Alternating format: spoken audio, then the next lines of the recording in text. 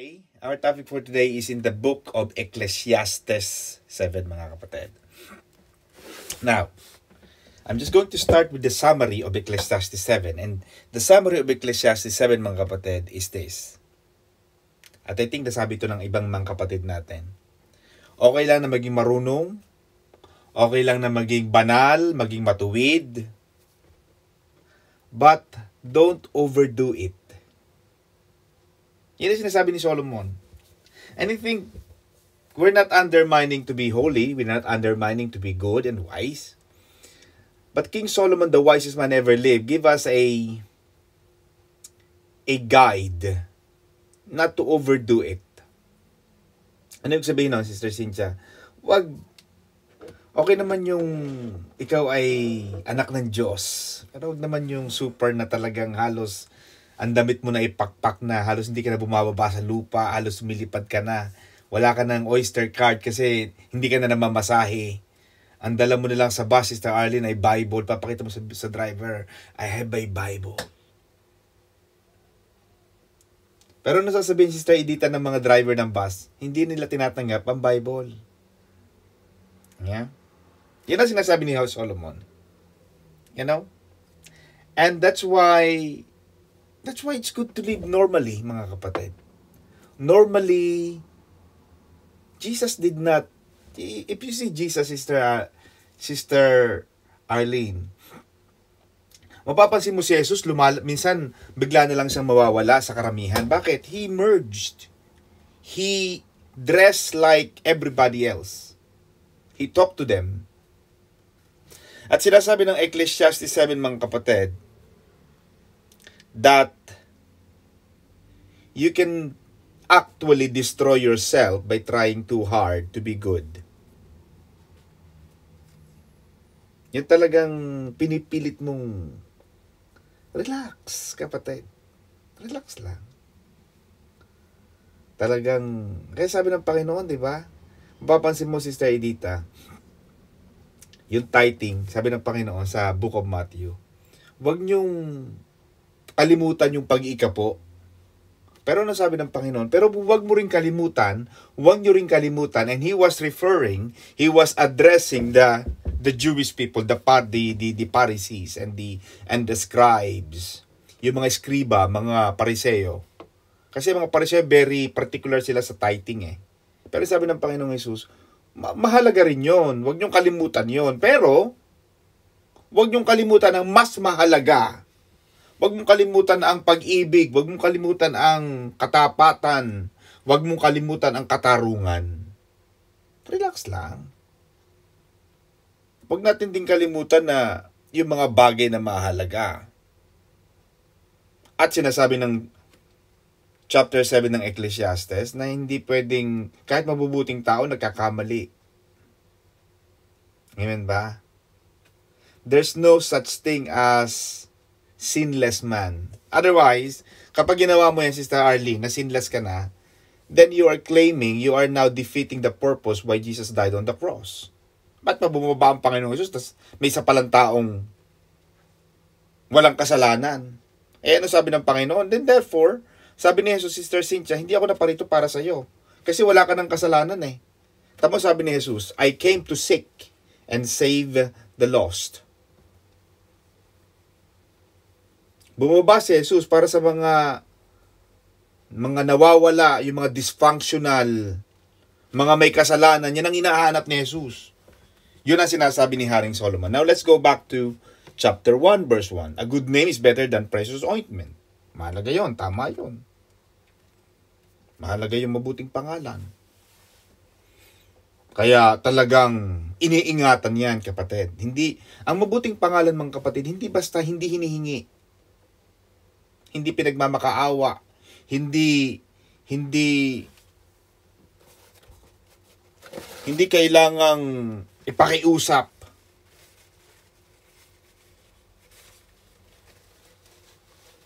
Pangalan yan . Hindi ko sinasabing walang maninira sa'yo. Of course. Hindi ka pwedeng tumaas ng pagkakataas tapos walang maninira. May mga taong maiinggit talaga. But we're talking about what King Solomon said, that a good name is very, very important. Pag maganda ang pangalan, iba eh. Kahit sa brand, kahit sa mga product. Pag bumili ka ng product, bakit may mga tao na magpunta ka ng iba't ibang lugar sa Pilipinas, laging hanapin mo pa rin Jollibee, McDo. Bakit? Hindi sa gusto mo ng chicken nila. Kasi Jollibee, McDo, parang normal na rin naman ang chicken eh. But why people go there? Because of the quality of the name. Because we know that when it's cooked, it's prepared and served by those companies which has names, they have a standard. May standard yan eh. Hindi basta-basta niluluto. Hindi basta pagkain lang talagang malinis, maayos. Luto ang pagkain, hindi basta-basta. Of course, pwede kang kumain sa mura-mura. Pero, ang pinag-uusapan natin, yung pangalan. Mahalaga ang pangalan. Ganon din sa tao. Dito na ako kay kasi ito, okay to eh. Mahalaga mga kapatid ang pangalan. Mahalaga ang pagkatao. Kaya lagi kong sinasabi sa inyo yan, mahalaga ang pagkatao.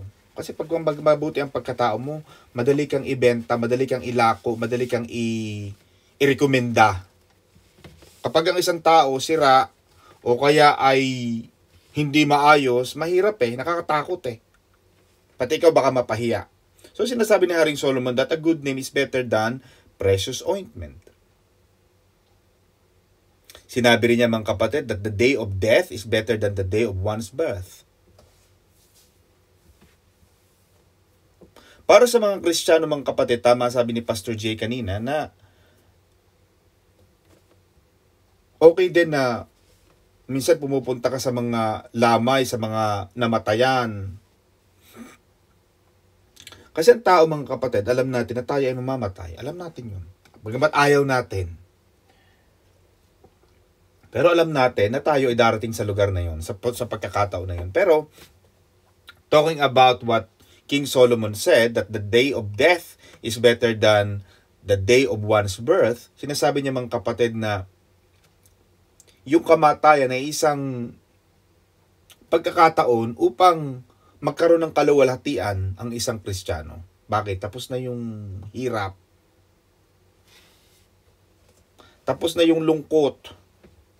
Tapos na yung hindi mo alam kung kailan at lahat ng bagay nagkakaroon ng pagbabago. Bagamat lagi nating pinagdiriwang yung buhay na ibinigay sa atin ng Panginoon. Pero look at the words of St. Paul, mga kapatid, in Philippians 1:23. For I am hard-pressed between the two, having a desire to depart, sabihin, gusto nyo nang mamatay, and be with the Lord, which is far better. Yan ang sabi ni Apostol Pablo. Na minsan, sa hirap ng buhay, mas gusto nyo na pang mapunta sa Panginoong Hesus. Sumama na lang sa Diyos. Kasi mas maigi. Mas maganda pa siguro ang buhay ko doon sa Panginoon. And as we all know, Sister Arlene, that the death is not the end of dying. Yung mga namatay para sa Diyos, yung mga namatay na nagmahal sa Diyos, shall never die anymore. Hindi na sila muling mamamatay. Bagkus magkakaroon na sila ng buhay na walang hanggan, which is being promised in the book of John 3:16. Kaya mahalaga rin mga kapatid na ating pinapahalagahan ang buhay. The book of Psalms 90 verse 12 said, teach us to number our days that we may gain the heart of wisdom. Kaya mahalaga na lagi nating pinapahalagahan ang araw. Dapat meron kang date, meron kang diary. Ano lang date ngayon, Sister Arlene? Hindi ko na nga alam eh. September na pala. Hindi mo na alam yung date. May mga taong gano'n, ni date, ni... Kasi nga, pangalan, di na nila naman yung spelling. Ano ang pangalan mo? Kalimutan ko na rin eh. Mahirap din yon. Kasi hindi mo na alam yung date. Amen ba? Pero dapat, alam mo yung, sabi ng Bible, Sister Edita, God has to teach us the number of days. Because life is too short. Di ba? Like, tinuturo natin yan yung ating huling Bible study. Every day, you have to enjoy life. You don't know when it will end. Hindi mo alam kung kailan matatapos. Ipon ka ng ipon. Iba naman ang kumain. Ano nangyari na? Amen ba? Enjoy din pag may time. Amen ba? Oh, kita mo to si Brother George, si Sister Christy. Oh, yan. Oh, kahit yan na lang, labas na nila yan. Pag-date na nila yan eh. Pag-uusap na nila yan eh. Hindi mo naman kailangan lumabas pa at makipag-date ka kung saan-saan. That is enough. That is enjoyment of life. Learn to dance on the rain. Kaya alam mo nung huling pagpunta natin sa Nene Valley, ang ganda kaya nun. Ilang beses kong pinanood yung pag-ikot ni Brother Ben, tsaka ni Brother Matt, yung payo na gano'n, yung umuulan na naman. I was really, really happy. Sister Arlene, Sister Edna, kumakanta ng umuulan. Para silang walang kaproblema. Those are the things. Mga unforgettable experience. Unforgettable moments. Bakit? Life is too short. Amen ba?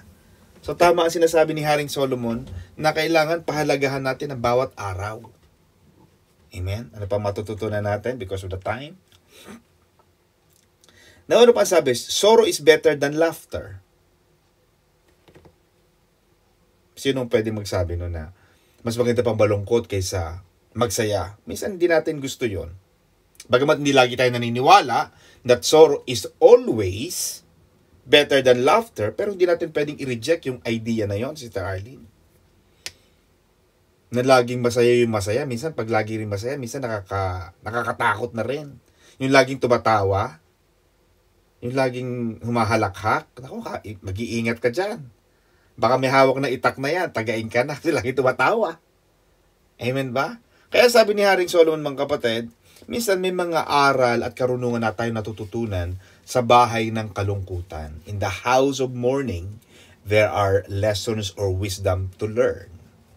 Pag ang tao malungkot, ano ang sabi, Sister Arlene?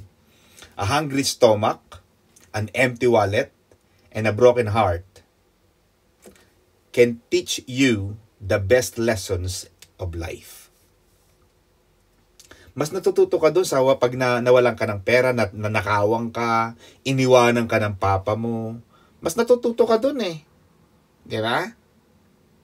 Pero pagka marami ka, pagbusog ka, amen? Kaya kanina sabi ng kliyente ko, Attorney, nag-prepare kami ng meron kang breakfast kaya na pinag-hotel nila ako eh. Pagka nagpupunta ako ng mga hearings ko. Sabi niya, Attorney, may pre-breakfast ka dyan. Mayroon pang dinner sa gabi. Sabi ko, no, I don't eat. Because life is much better if you are empty. Mas nakikilala mo ang Diyos eh. Hindi ko sinasabing ipag-pray mo na mawalan ka. Hindi ko sinasabing ipag-pray mo na sana maubusan ka, no.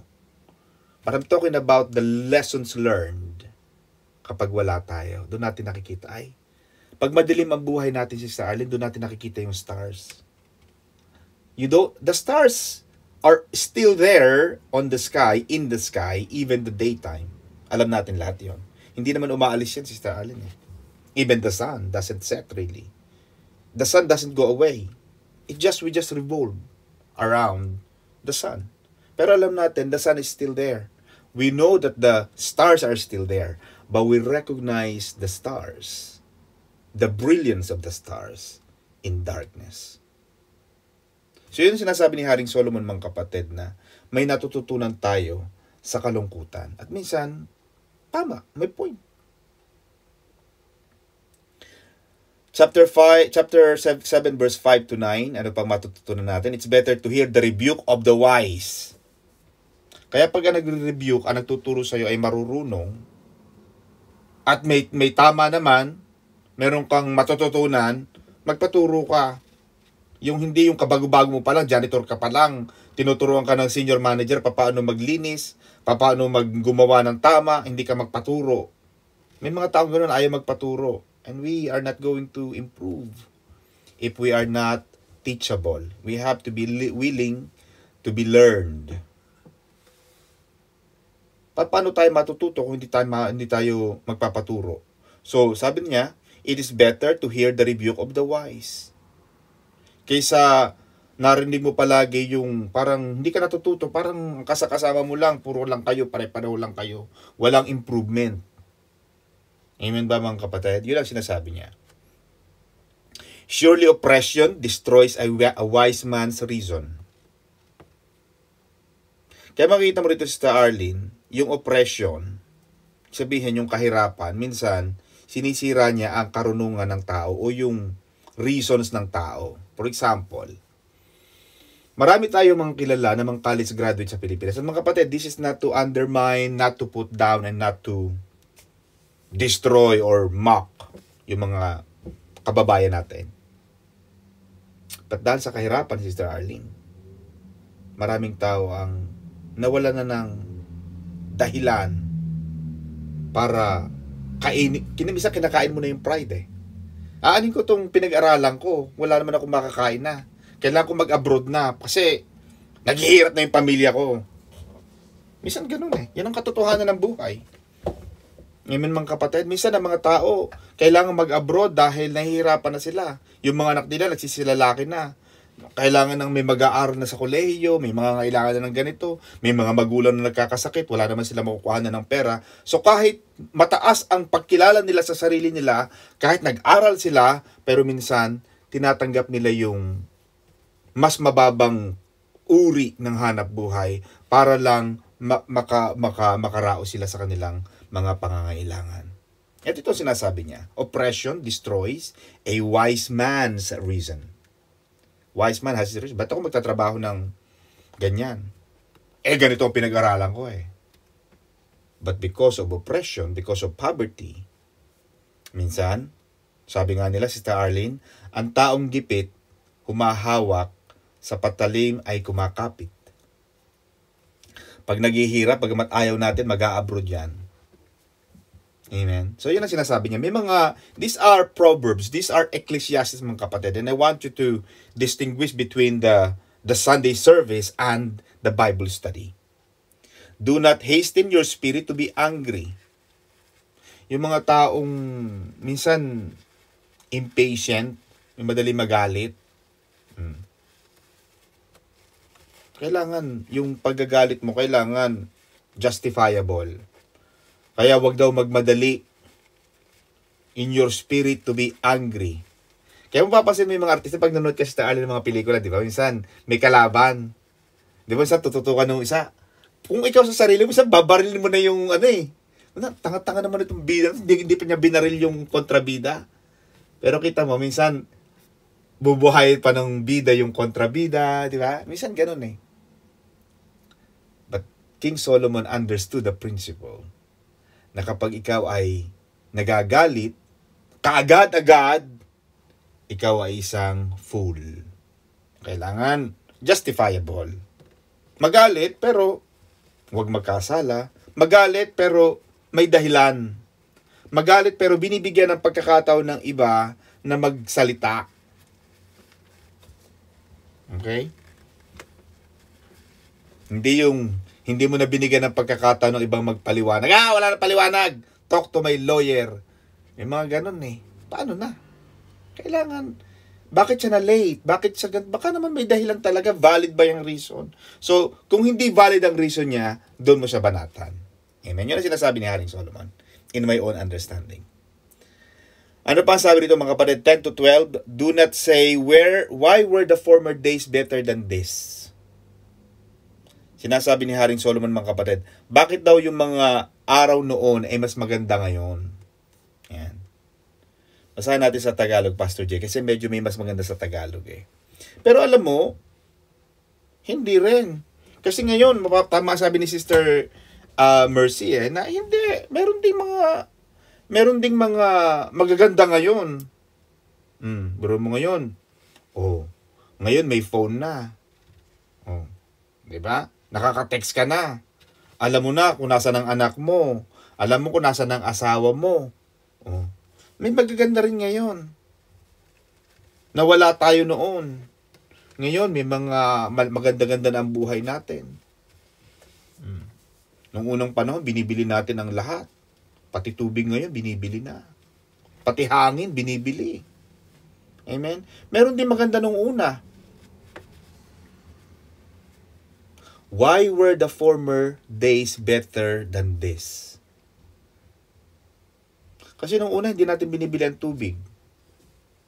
Pati tsinelas, napapaglaruan natin, Sister Arlene. Amen? Yung tumbang preso, yung tibig, yun ang tagtikpi, habulan tayo. Amen, mga kapatid? Kahit walang kuryente, maaga tayo matulog. Kahit walang kuryente, masarap ang tulog. Walang aircon, pero may air continue. Sister Arlene. Diba? Kasi bukas ang bintana. Wala nagnanakaw. Kahit walang, mapapansin mo noon, Sister Christy, kahit walang phone, pero lagi tayo magkakausap ng mga pamilya, di ba? Papansin mo yon.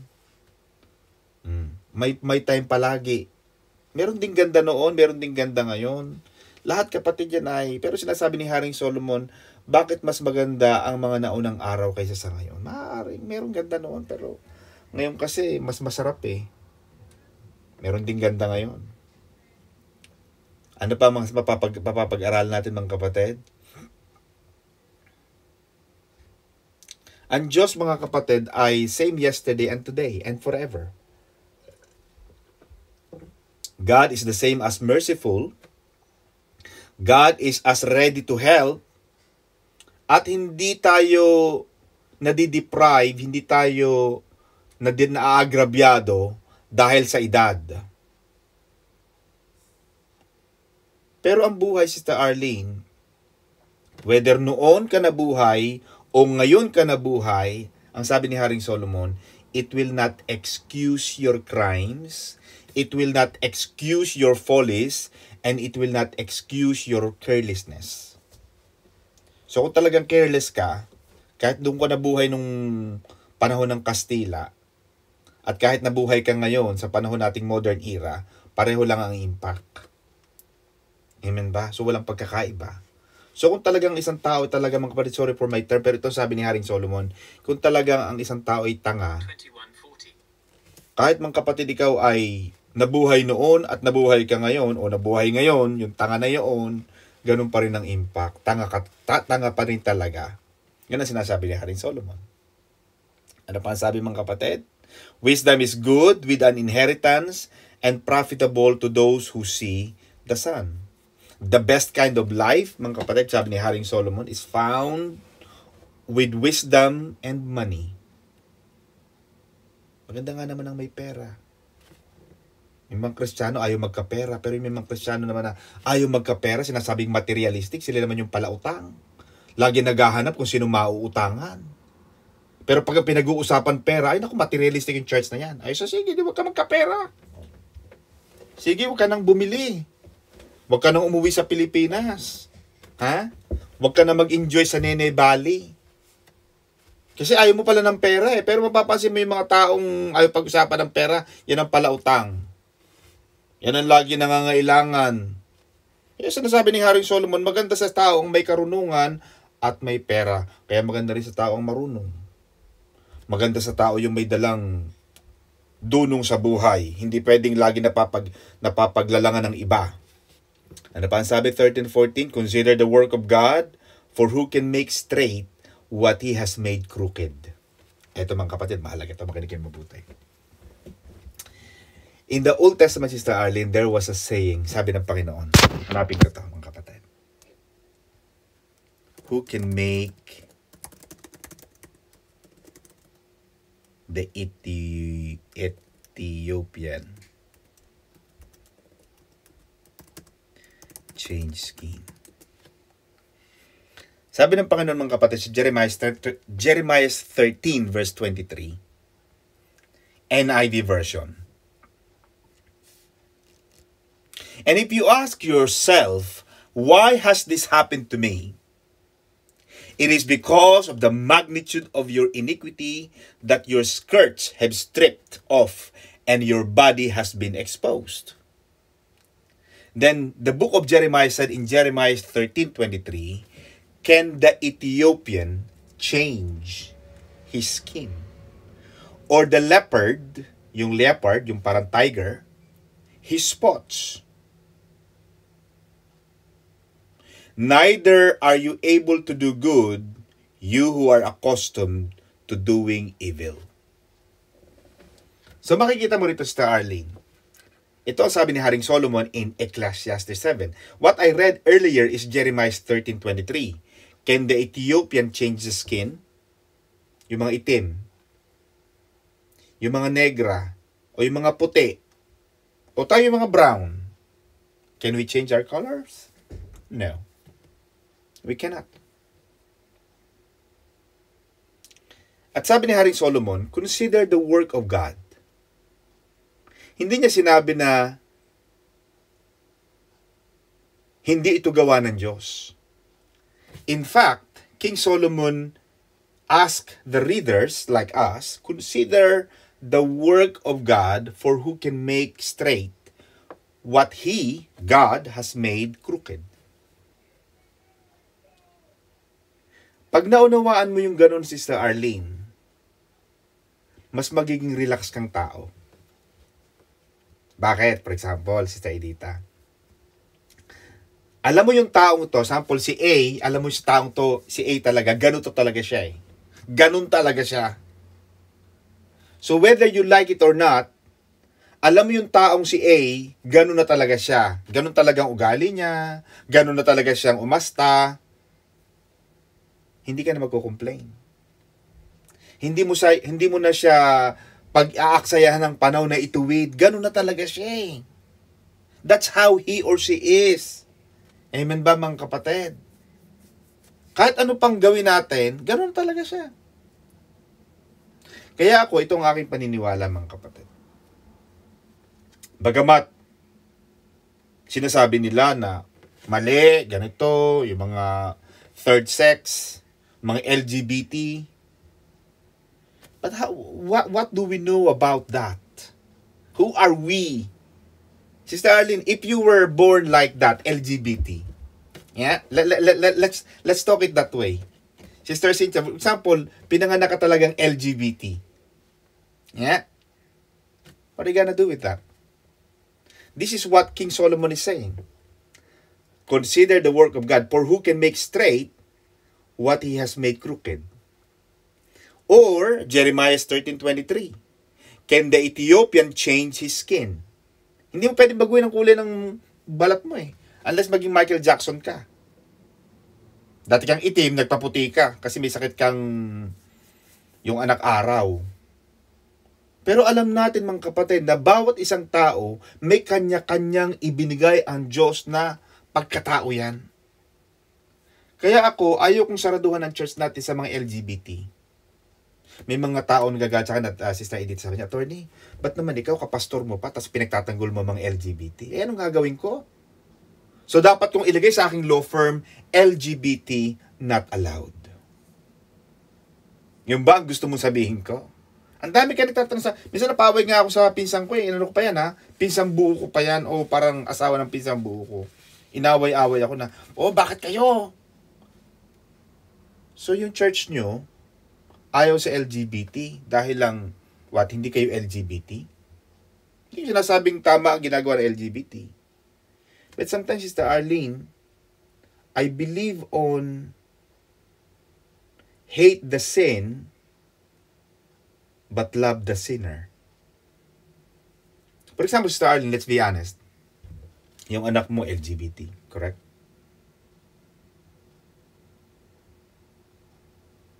So just because your son is an LGBT, will you condemn him dahil LGBT siya? Pero sabi rito ng Bible, consider the work of God, for who can make straight what He has made crooked? Yung bang taong yun na LGBT, sinabi ba niya na, Lord, gusto ko maging LGBT? Hindi. It just came to him. I even had a pamangkin ko sa pinsan. Pinsang buo ko, so pamangkin ko siya sa pinsan. 2 years old, 3 years old pa lang. Kumikending na. Lalaki. Kaya nung lumaki, talagang alam na. Pagkakasalanan ba ng bata, yung gano'n na siya eh. So what I'm saying, mga kapatid, is kapag naunawaan natin yung katayuan ng Diyos, sa katayuan ng tao sa Diyos, magkakaroon ka ng kapayapaan, acceptance. Kaya kung si Ani Batong Bakal ay ipinanganak na princess di maunahan, hindi mo na pwedeng bagamat pwede mo ipag-pray, pero it's just a matter of acceptance, isn't it? Yeah? Mahirap eh. Nagkataon lang talaga na lalaki ka o babae ka eh. Pero imagine, pinanganak ang LGBT. So yung LGBT hindi pupunta sa langit dahil LGBT sila? How do we know? The judgmental na tayo.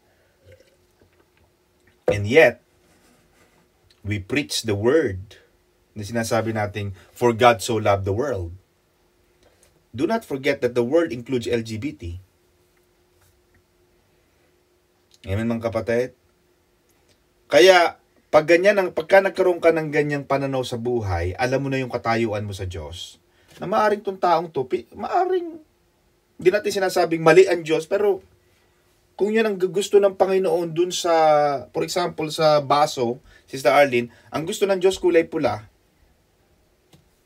ano ang choice mo? Ano ang laban mo sa Diyos? Ano ang reklamo mo sa Diyos? Meron ba tayong karapatan magtanong sa Diyos, ba't naging pula yan? Ako pink, ako siya ay puti. Yung iba black? Wala. Bakit? Ginawa ka lang ng Diyos eh. Ano ang sabi ng kanta natin, Sister Cynthia? God is the potter and we are the clay. When we understand that paradigm, when we understand that principle, na wala tayong karapatang magtanong sa Diyos, magiging relax ka lang. Ganito na talaga yan eh. Ganyan na talaga siya. Okay, ganyan ka, ganito ako, accept. Kaya dapat merong magkakaroon ka ng ganong prinsipyo, Sister Arlene.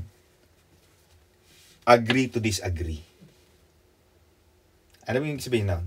Agree. Sample, Sister Cynthia, ikaw ayaw mo dito sa bagay na ito. Ikaw naman, gusto mo itong bagay na ito. Okay. Ayaw mo? Gusto ko? Fine. Let's be friends. Ano gusto mong kainin? Gusto ko McDo. Mas masarap ang price doon. Hindi, masarap ang Jollibee. Okay lang. Di pumunta kayo ng Jollibee, tapos pumunta ka ng McDo. O kaya, vice versa. O kaya, bumili ka ng McDo, bumili ka ng Jollibee, kumain kayo sa labas. Hindi mo kailangang ipagsiksikan ang iyong gusto sa ibang tao. Hindi mo kailangang ihambalos ang Biblia sa taong sa tingin mo ay mali. Amen mga kapatid? Ganun din. Makinig kayo mabuti mga kapatid. Ganun din, itong salita ni Haring Solomon, marami itong facet marami itong pinanggagalingan Dapat ganun din to mga kapatid. Dapat alam din natin na ang ating mga mahal sa buhay, hiram lang natin yan sa Diyos. Yung asawa mo, Sister Edith, si Brother Sopronio, dapat alam mo, si Brother Sopronio, hiniram mo lang yan sa Diyos. Dapat alam mo na yan, ipinagkatiwala lang sa iyo ng Diyos. At alam natin, pare-pareho yan mga kapatid. Alam natin lahat, Sister Arlene, na si Brother Steve, ipinagkatiwala lang sa iyo ng Diyos. Pinahiram lang sa iyo ng Diyos. While we are with them, and while they have us, we have both mutually, we have the opportunity to love them and care for them. Correct? Para pag kinuha ng Lord, dahil hiniram mo lang para pag kinuha ng Lord, hindi ka magagalit, hindi ka magtatampo, hindi mo susumpahin ng Diyos. Bakit? May panahon ka binigyan ka ng mahabang taon para ipakita mo kung gaano mo mahal yung tao. Mga anak mo, mahalin mo yan. Yung magulang mo, kung anak ka, mahalin mo sila habang buhay. Bakit? Darating ang time, life is too short, mawawala yan. Pag may ganun kang prinsipyo sa buhay, ganito to Habang buhay ako, magmamahal ako, mamahalin ko to, mamahalin ko siya. Yung ikaw naman, na minamahal, pahahalagahan mo yung pagmamahal na binibigay sa'yo. Bakit? Darating yung mawawala yun eh. Amen mga kapatid. So yun ang sinasabi ni Haring Solomon. Pag nagkaroon ka ng ganung pananaw sa buhay, mas magiging magaan. Relax. Because, ano pa ang sabi Sister Arlene? In the day of prosperity, be joyful. But in the day of adversity, consider. For example, Sister Charmy, inimbitahan ka sa kasalan. Again, lagi ko na sinasabi ito sa inyo, sasabihin ko ulit. Kasalan, huwag ka magdamit itim. Amen mga kapatid. Yan. Hindi alam si Sister Edna na hindi siya ni Sister Ding na hindi siya naka-mute. Sister Ding na hi. Amen. Pero pag ikaw naman ay inimbitahan sa pulaw o namatayan, Sister Edita, huwag ka naman tawa ng tawa. Dapat may time. Sister Arlene. O gaya nun, umuulan na. O di kumanta ka ng umuulan na naman kasi timing siya eh. Amen ba? Imagine mo, Sister Arlene, inimbitahan ka para ipag-pray yung na-aksidenteng kapatid, tapos kumakanta ka ng umuulan na naman, parang ang sarap mong itulak eh, di ba? Ang sarap mong, naku, hindi ka dapat dito, di ba? Dapat, ang sabi ni Haring Solomon, in the day of prosperity, be joyful. Pagkakasweldo, kumain, mamili. Mag-enjoy. Joey, halika, sweetheart, kain tayo sa, kain tayo sa Mang Inasal, kain tayo dito sa, But in the day of adversity, consider. Ang maganda mga kapatid, you take what life gives you and get along the best that you can. Sabihin, kung anong dumating sa'yo, go with the flow. Kung ang i-deliver sa'yo kung ang order mo ay apritada, enjoy mo na yan. Kung ang binigay siya ng Panginoon ay short, white, and handsama, enjoy mo yan. Kasi yan ang meron yan ang binigay ng Lord eh. Mahirap sa tao, Sister Charmy, yung hanap ng hanap. Hi, Brother Jeff. Yung mga guwapings nating mga Brother Eros, mga guwapings natin, sana all. Meron pala mga mag-part-time dyan, mga kapatid. So take what life gives you. Meron sa tao yung hanap ng wala. Laging hinahanap yung wala. Kaya minsan, di ba? Nagluto na, may kanin na, laging titingnan, hindi pala dinurado. Hindi jasmine rice. Ang kanin nila, buhaghag. Di ba? Mga kapatid, minsan gano'n kaya minsan ng mga tao hindi na nagpapakain. Kasi alam nila, mapupulaan din lang sila. Amen? So, in the day of prosperity, be joyful. Oh, masaya. Nasa outing. Wag na maghanap para ang saya-saya umuwi. Nag-reunion. Tapos ang pag-uusapan, mga kahindik-hindik na mga pagsisimula ng galit at hinanakit. Ano ba, nandito tayo. Taon tong binilang para makapag-reunion tayong pamilya, tapos ang gagawin natin, pag-uusapan natin para magalit tayo sa isa't isa. Ay bakit pa tayo na ganito? Diba? In the day of prosperity, be joyful. Ano pa pwede nating matutunan mga kapatid? Ang sabi ni Haring Solomon, I have seen everything in my days of vanity. The good suffer. Nga naman. At yung mga masasama, nag-i-enjoy. Yung mga mabubuti, nagdudusa. Ano naman, may point. May kasabihan, Sister Allen, di ba? Yung masamang damo, matagal mamatay. Nga naman yung mga mababait, silang agang-agang namamatay. Hindi natin alam kung bakit. Hindi naman porke mabait ka, matagal kang mamamatay. Minsan yung mababait, nagbabait-baita na lang. Amen ba? At yung mga masasama, yun na sabi ni Haring Solomon, hindi ako may sabi. Sabi niya, the wicked prosper. Hindi natin alam kung bakit. Pero alam mo, pinakamaganda sa buhay, Sister Arlene, yung maganda ng iyong pangalan, mabango ang iyong pangalan, magandang iyong pagkatao, mahaba pa ang buhay mo. Ang sarap. Naglilingkod ka sa Diyos, napakasarap. Hindi yung mahaba nga ang buhay mo, pero hindi ka naman makalabas ng bahay.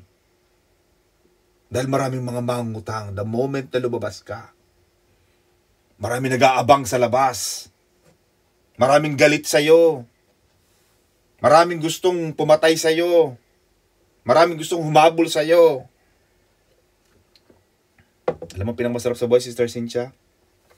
Yung kahit saan pwede kang pumunta dahil alam mo wala kang inagrabyado. Maaaring inagrabyado ka nila. Problema na nila yon. Pero kung ikaw ang nang-agrabyado, ibang usapan yun. Sabi pa ni Haring Solomon, mga kapatid, do not be overly righteous. Yan. Huwag mo nang ipakita sa Kilburn Cricklewood na ang laki-laking Bible, talagang big letter pa.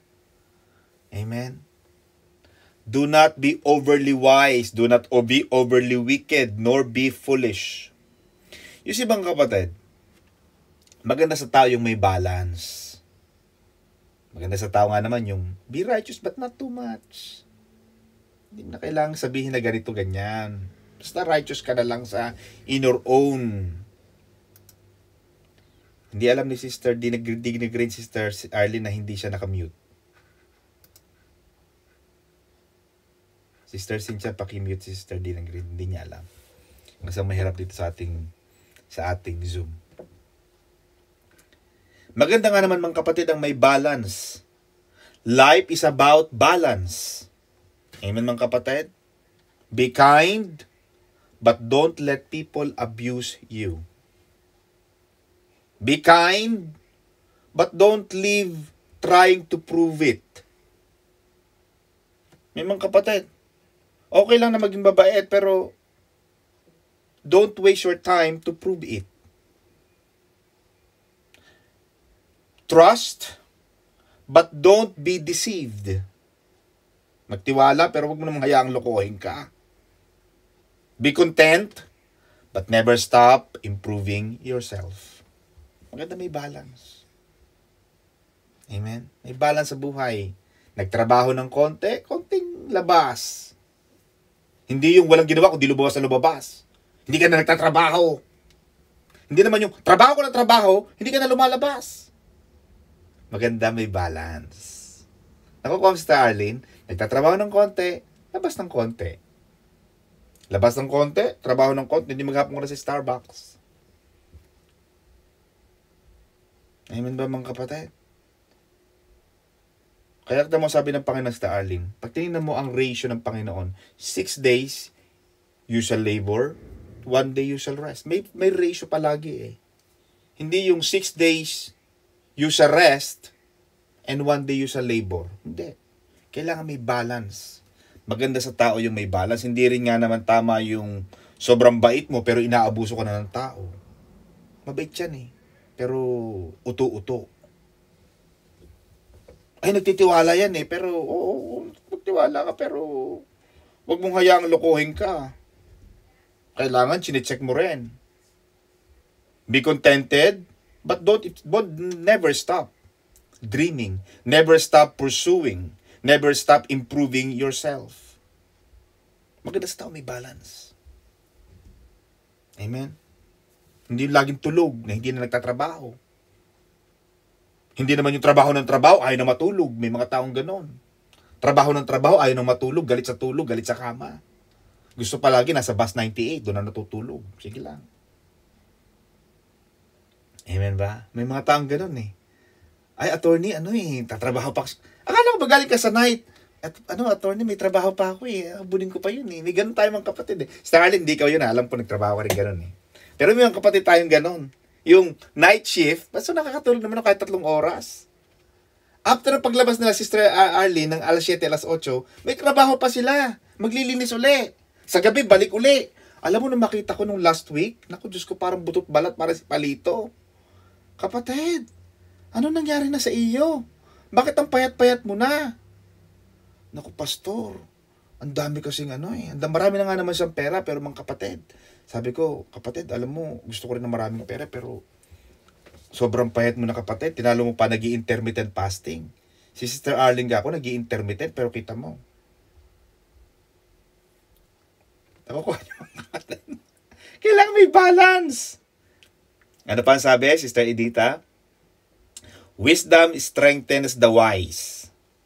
Amen mga kapatid. Maganda rin sa tao nga naman yung a wise man appreciates the value of wisdom. Pagka matalino ka, alam mo yung value eh. That's tao marunong. Itong kinakain ko ba to, maraming calories to. Kasi alam ko, pag kumain ng taba, magbabara to sa puso ko, magkakasakit ako sa puso. Kaya usong-uso ngayon yung binabypass. Ay mga kapatid, ang pagpababypass ay napakalaki ng gastusin. Kailangan marunong. Pag ginawa ko to, magugustuhan to ng amo ko. Alam naman natin yan eh. Kaya ang sabi ni Haring Solomon, wisdom strengthens the wise. Yung marurunong, lalong pinalalakas at pinagtitibay ng karunungan that gives more strength than 10 rulers of the city. And a wise man understands the sinfulness of man and his own sinfulness. Yung marurunong, alam mo may mali ka. Ay, may pagkakamali din ako dyan. Huwag mo sabihin, wala naman akong ginawang masama. Anong wala kang ginawa? The fact na may nangyari dyan, ibig sabihin, kahit 10%, 1% meron kang participation dyan. At ang marurunong, lagi nilang re-recognize, may mali din ako. At tayong mga anak ng Diyos, alam natin na lagi tayong may pagkukulang. Hindi tayo nakakabuo. Kaya lang tayo nagiging perfect, Sister Arlene, is because God has given us the life of Jesus, that every time God the Father sees us, Sister Edita, God the Father never see you as you. Nakikita ng Panginoong Diyos Ama na ikaw ay makasalanan, pero dahil nakikita ng Panginoon ang larawan at wangis ni Jesus sa'yo, hindi kanya sinisisi. Pero ang marurunong, alam niya may pagkukulang pa rin siya. At alam nating lahat ng karunungan ng tao ay lahat ng kabutihan ng tao ay isang maruming basahan sa paningin ng Diyos. Wala nakaubuo ng perfection. Ang sabi ng Bible, all have sinned and fall short to the glory of God. Lahat tayo ay nabigo. Ano ba yung tinuturo ng Biblia, Sister Arlene, ng ating chapter ngayon? Do not take to heart everything people say. Even you have cursed others. Alam mo, maganda to, Sister Arlene eh.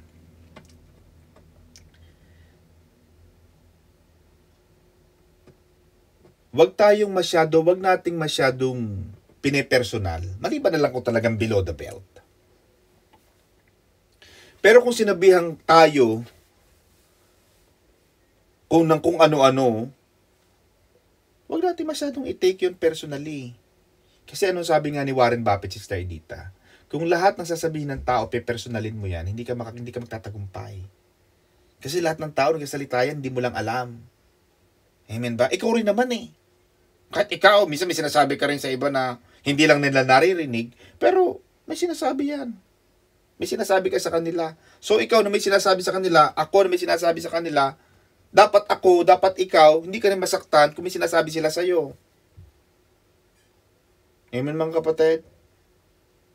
Dahil ayaw natin, Sister Arlene, alam mong ayaw natin. We don't want to be judged by our worst moments. Sabi ko kay Bishop, kay Pastores, back ka na sa Sister Jen, Sister Cynthia. Sabi ko, Dad, ba't naman gano'n ang mukha mo na nasa camera ka, nakasimangot ka? Ay, naku, Tutoy, baka yun nakataon lamang. Kasi, napatapat yung camera, alam ka namang, ay, siyempre yung magpo-photographer, hindi mo naman pwedeng, kasi naglalakad na sila. Fast pace yan eh. Nagkataon na yung camera, pag-focus kay Dad, nakasimangot siya, siguro mainit, siguro nahirapan sa maglakad. And the same as us with us, Sister Arlene. Ayaw nating makita tayo doon sa ating worst, sa ating weakest, downest moment. Gusto lagi natin nakikita tayo sa pinakamagandang part. Kaya minsan, uy, alisin mo yan, delete mo yan. Diba? Sa mga photography. So, ganun din tayo. We should not judge others by their worst moments. Baka nakikita mo yung worst nila. Hindi naman talaga yung best. Amen? So, patas lang ang laban. Na kung tayo man ay minsan nakakapagsalita sa iba, or sila nakakapagsalita sa atin, dapat patas lang ang laban. maging handa ka rin na tumanggap din ng mga unfavorable comments. At minsan, yun ang nagtuturo sa atin para mag-improve. Humarap ka rin sa salamin, baka nga kailangan may tanggalin talaga sa mukha mo. Baka may dumi. Kasi hindi mo naman nakikita ang mukha mo. Ganon din sila. Nakakapagsalita tayo ng masasakit sa iba, handa rin tayo tumanggap ng masasakit sa iba. Yun ang sinasabi mga kapatid. Ang sabi ni Haring Solomon mga kapatid, konti na lang, I applied my heart to know, to search and seek out wisdom and the reason of things. Yun sinasabi ni Haring Solomon na yung meaningless life niya, sabihin yung kanyang sinasabi, yung kanyang kay Haring Solomon, yung sinasabi niyang buhay na walang kahulugan, ay hindi pwedeng bigyan ng kahulugan just because naging marunong siya. Kaya ang tao kahit marunong pero hindi naman nakakilala sa Diyos. Marunong pero hindi tumanggap kay Jesus. Ibig sabihin yung karunungan mo has nothing but vain. Marunong ka lang academically pero hindi ka marunong spiritually. So nasaan yung karunungan? So yung meaningless life could not be made meaningful by the attainment of wisdom. Ano pa ang sabi mga kapatid? I find more bitter than death the woman whose heart is snares and nets, whose hands are fetters. Ano ibig sabihin, Sister Arlene? Sa paghanap niya ng karunungan, Sister Arlene, naunawaan ni Solomon na ang mga babae could be a danger and a trap. At it was important to not let that happen sa atin. Kung tayo man ay may mga kahinaan, alam mo, sinabi ni Solomon, ang kahinaan niya, mga kababaihan, nalaman niya.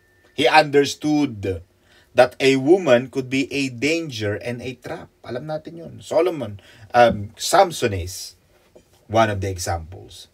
He fell on a trap of Delilah.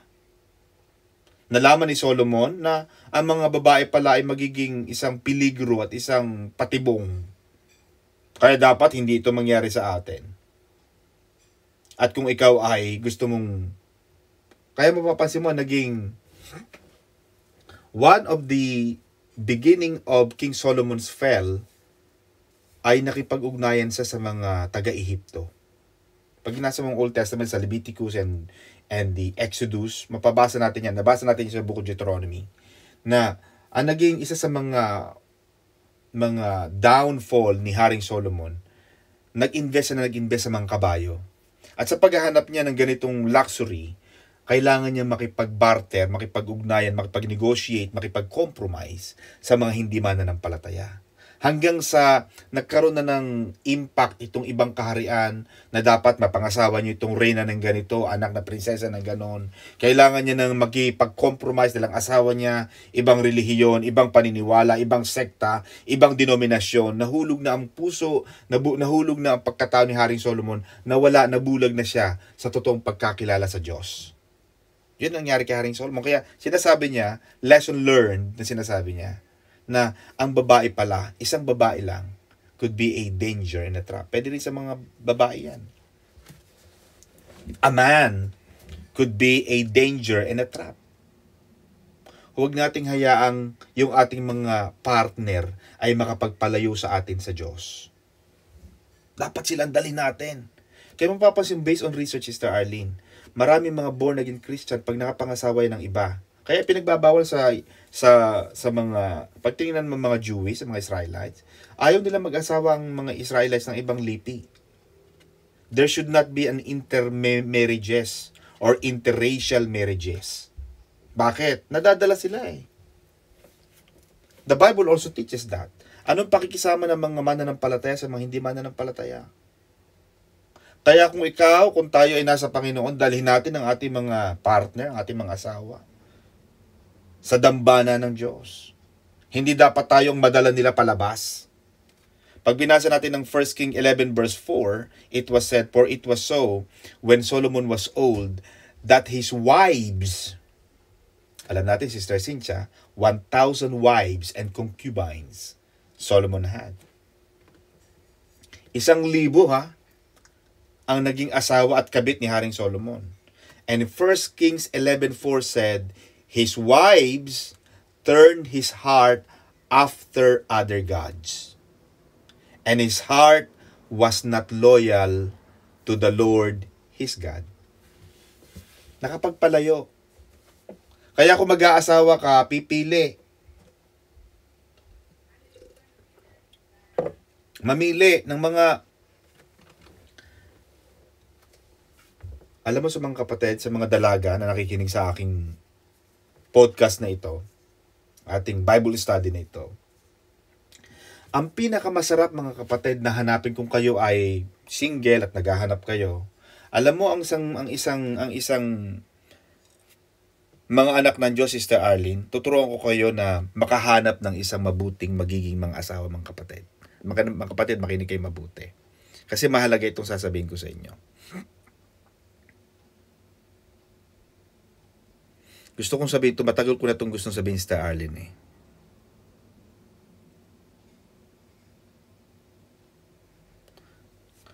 You have to find a partner who loves Jesus. Pag maghahanap ka ng partner sa buhay, kapatid, maghanap ka ng isang katuwang sa buhay na nagmamahal sa Diyos. Bakit, Sister Cynthia? Alam mo nung kinasal si Sister Jen tsaka si Brother Brian? Alam mo, ginawa ni Bishop yun eh. 2 kandila. Binulungan ko pa si Dad. Sabi ko, Dad, umuulan na. Kasi may umuulan na, Sister Allen eh. Sabi niya, anak, hindi pa tapos. Pero pa tayong gagawin, mahalaga pa.